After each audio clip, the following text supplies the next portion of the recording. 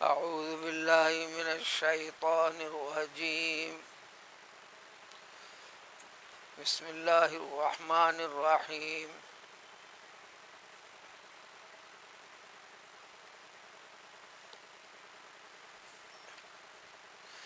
إنا مكنا له في الأرض وآتيناه من كل شيء سببا فأتبع سببا حتى إذا بلغ مغرب الشمس وجدها تغرب في عين حمئة ووجد عندها قوما قلنا يا ذا القرنين إما أن تعذب وإما أن تتخذ فيهم حسنا. سورہ کہف کے تفصیلات جس کے اندر کئی نمونے ایمان کے واقعات کی شکل میں اس امت کے اور امتیوں کے ایمان کو مضبوط کرنے، طریق ایمان اور اس پر استقامت پر قائم رہنے کے لیے، ثابت قدم رہنے کے لیے، ایمان کے تقاضوں کی تعمیل و تکمیل کرنے کے لیے، اور ایسا کرنے پر رب العزت کی تائید اور مدد ان کے ساتھ کس طریقے سے ہوتی ہے، ان کی اس جیسا سبق ان چیزوں میں دیا گیا. کل کی گزری ہوئی آیت یسألونک عن ذی القرنین کے تحت ذو القرنین کون تھا، اس کا تذکرہ اس کلام پاک میں کیوں آیا، اس کی تفاصیل، تمام تفصیل کا خلاصہ یہ نکلا تھا کہ یہ نبی نہیں تھے، اللہ کے بندوں میں سے نیک صالح بندے تھے. ان کی زندگی کا مقصد ایمان پر باقی رہنا، ایمان کا سبق درس دنیا کے لوگوں کو سکھانا، بتلانا، دنیا کے اس جانب سے اس جانب تک، یعنی دنیا کے ہر حصے میں رہنے والے لوگوں تک توحید کا سبق دے کر اسلام کے اوپر لانا، اور اس مقصد کی تکمیل کے لیے وہ جد و جہد کرتے گئے. اللہ تعالیٰ نے ان کے لیے اس کے لیے درکار جتنے سہولتیں تھیں تمام کی تمام مہیا کر دیں، جبکہ وہ رسول نہیں تھے، اللہ کے نیک اور صالح بندے تھے. اس قسم کے تذکرے،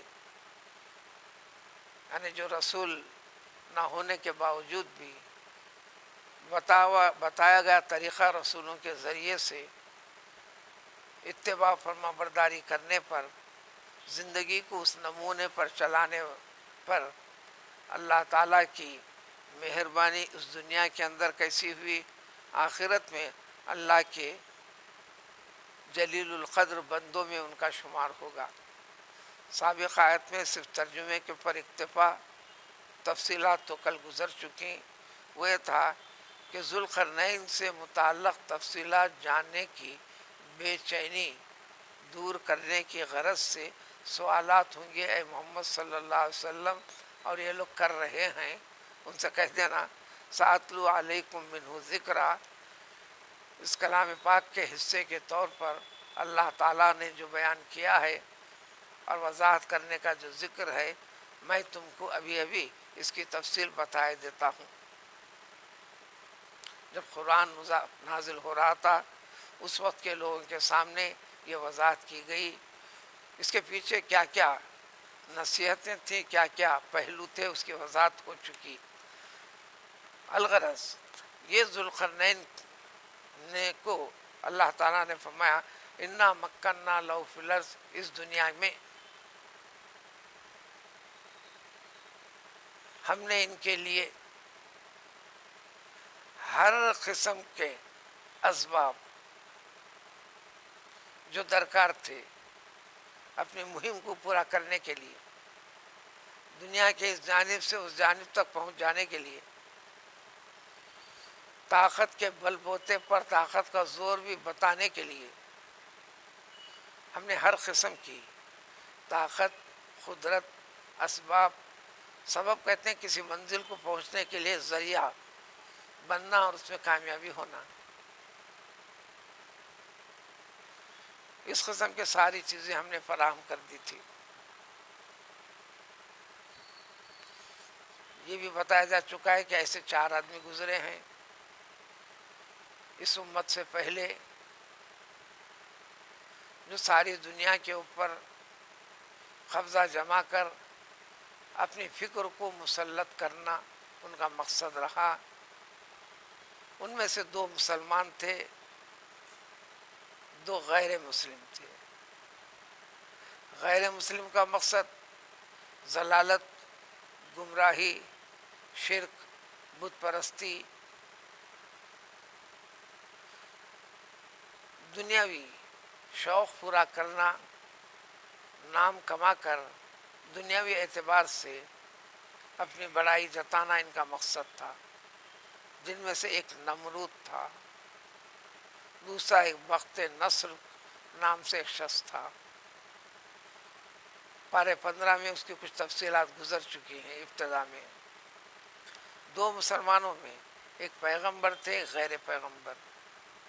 پیغمبر حضرت سلیمان علیہ السلام تھے، جنہیں نبوت کے ساتھ، نبی ہونے کے ساتھ ساتھ دنیا کی ہر چیز کے اوپر فوقیت عطا فرمائی، حکمرانی عطا فرمائی.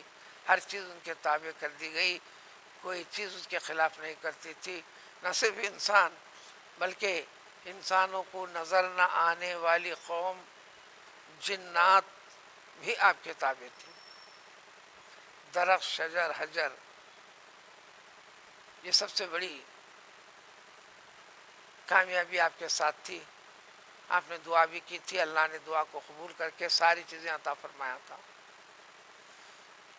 دوسرے جو مسلمانوں میں تھے یہ ذوالقرنین، جس کو سکندر اعظم کہتے ہیں، جو ابن فلیو خس کے فرزند تھے، یونان کے ایک باشندے، نمرود کے بعد پیدا ہوئے. پیغمبر ابراہیم علیہ السلام کا زمانہ پایا. پیغمبروں کی بڑی تعداد، بلکہ سب سے زیادہ وہ صرف پیغمبر ہوتے تھے، حکمران نہیں. حکمرانوں کو نصیحت دینا، صحیح راستہ طریقہ بتانا، سمجھانا، یہ ان کی ذمہ داری رہی ہے. لیکن چند انبیاء کرام علیہ السلام ایسے بھی ہیں جن کو نبی نبوت کے ساتھ ساتھ حکومت بھی عطا فرمائی. ایسی فہرست میں سب سے پہلے تذکرہ پیغمبر داؤد علیہ السلام کا ملتا ہے. پھر دوسرے نمبر پر پیغمبر سلیمان علیہ السلام کا. پھر آخر پیغمبر محمد صلی اللہ علیہ وسلم کا بھی تذکرہ اسی کے اندر ہے. تو اللہ تعالیٰ کا ارشاد ہے کہ ہم نے ان کو وہ تمام طاقت، قوت، استعداد، صلاحیت اور جتنے ذریعے اسباب ہوتے تھے، سب سے بڑی فوجی ساز و سامان کے ساتھ نکل پڑتے تھے اور اس مقصد میں کامیاب بھی رہے. تو کیا مقصد رہا؟ دین پر قائم رہنا، دیندار سب کو بنانا.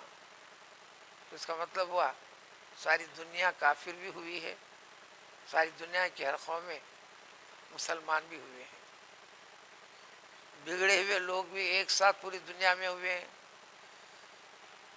پھر سدھار آ گیا تو سدھرے ہوئے لوگ بھی دنیا کا ہر آدمی ہوا ہے. ان واقعات کے پیچھے یہ وضاحت اور نمونہ ملتا ہے. تو اس کی تفصیل جو انسان جاننا چاہتا تھا، جاننے کے پیچھے پیغمبر علیہ السلام کی پیغمبری کی تصدیق اور اس کا امتحان چاہتے تھے. اللہ تعالیٰ نے اس کی بھی تکمیل فرما دی، قرآن میں اس کا حصہ ذکر کر دیا. تو اللہ کا ارشاد ہے کہ ہم نے ہر قسم کا سبب، یعنی جتنے اسباب ہوتے تھے،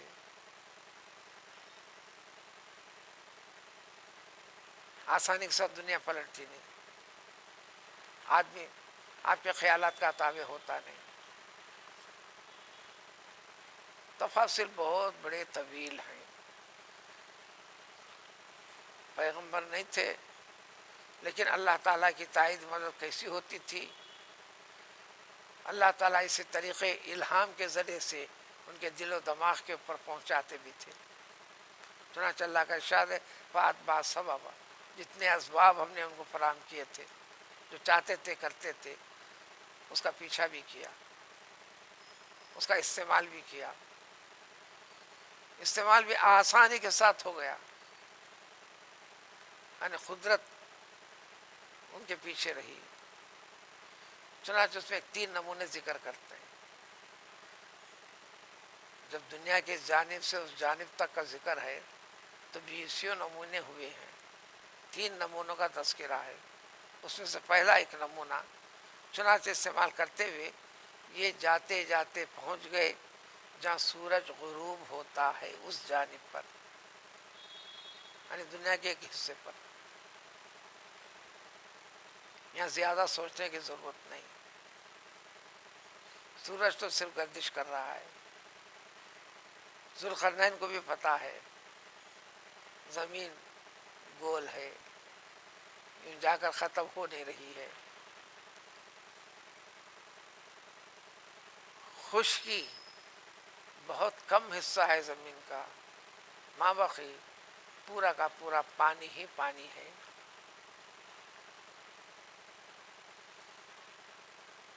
ایسے مقام تک پہنچ جائے جیسے بحر محیط وغیرہ ہے، اس کے آگے نظر ڈالو چاہے دوربین کے ذریعے سے فلاں فلاں، صرف پانی پانی ہی نظر آئے گا،